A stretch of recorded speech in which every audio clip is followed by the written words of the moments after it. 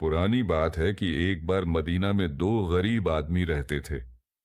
मुश्किलें उनकी जिंदगी पर ऐसा कहर बरपा कर रही थीं कि उनके पास पहनने के लिए सिर पर मामूली कपड़े भी नहीं थे। वे दोनों दिन भर मदीना की गलियों और बाजारों में घूमते रहते थे, जहां कोई न कोई खुदा का बंदा उन्हें खाना दे देता, जिससे उनकी भूख मिट जाती।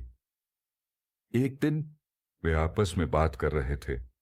एक ने कहा, भाई, इस शहर में हमारी किस्मत का सितारा मंद पड़ चुका है। हमने यहां अपनी किस्मत को ढूंढा, मगर कोई लाभ नहीं हुआ। हमें कहीं और जाना चाहिए। मैंने सुना है कि मक्का में एक नेक और दयालु सुल्तान है।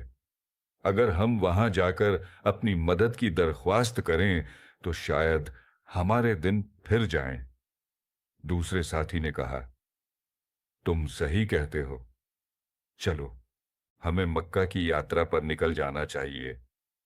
इस तरह अगले दिन वे दोनों मदीना से मक्का के लिए रवाना हो गए। सफर में उन्हें एक और व्यक्ति मिला, जो गरीब जरूर था, लेकिन बहुत नेक और ईमानदार था।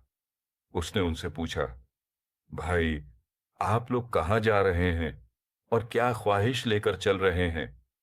दोनों ने कहा, भाइयों, हम अपनी गरीबी से तंग आ चुके हैं। हमें मक्का जा रहे हैं। सुना है वहां की हुकूमत अति दयालु है। इस नेक आदमी ने अपनी कहानी सुनाई। मैं एक समय अमीर था, पर अब मेरे पास कुछ भी नहीं है।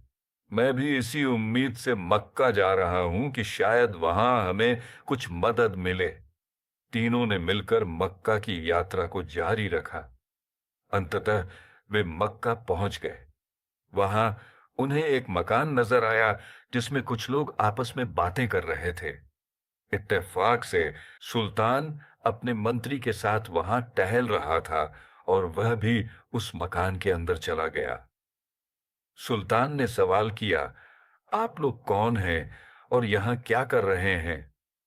दोनों गरीबों ने कहा, हम पर गरीबी और तंगी ने अपनी छाया डाल रखी है।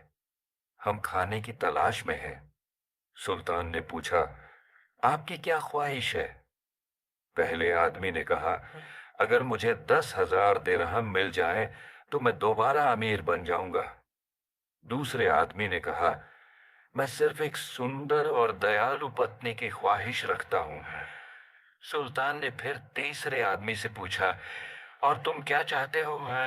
उसने कहा, मैं अपनी ख्वाहिश खुदा से बयान करता हूं। अगर वो चाहें तो मुझे वो सब देंगे जो मैं चाहता हूं। सुल्तान ने कहा, फिर भी तुम्हें कुछ मांगना चाहिए। फिर उसने कहा, मेरे लिए खुदा के दरवाजे खुले हैं। मैं जानता हूं कि खुदा ही बेहतर जानता है। सुल्तान ने कुछ समय बाद उन तीनों को अपने दरबार में बुलवाया।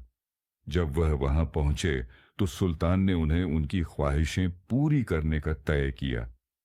पहले व्यक्ति को उसने पैसे दिए और दूसरे को कनीज। जब नेक आदमी की बारी आई तो उसने फिर से कहा कि उसकी ख्वाहिशें खुदा के हाथ में हैं। सुल्तान ने सोचा कि यह आदमी तो बेवकूफ है। अंततः उसने आदेश दिया कि जो आदमी कनीज और पैसे ले रहा है वो अपनी पहचान दिखाए। लेकिन जल्लाद ने देखा कि नेक आदमी के पास कुछ नहीं था और उस पर भड़क उठा और उसको बहुत मारा। जब सुल्तान को पता चला कि नेक आदमी को बेगुनाह मारा गया है तो वह खुदा से माफी मांगने लगा। फिर सुल्तान ने नेक आदमी को फिर से बुलवाया और कहा, क्या मैं तुम्हारी किसी ख्वाहिश को पूरा कर सकता हूं? नेक आदमी ने कहा, मैं सिर्फ खुदा से दुआ करता हूं कि आपकी सोच में सुधार आए। इस तारा सुल्तान को अपने किए पर बहुत पछतावा हुआ। सभी ने अपनी गलतियों से सबक सीखा और अपनी जिंदगी को सही राह पर चलाने का फैसला किया। इस कहानी से हमें यह सीख मिलती है कि सच्ची नीयत और खुदा पर भरोसा रखने से मुश्किल हालात में भी इंसान को राह मिल सकती है अगर हम दिल से ईमानदार हैं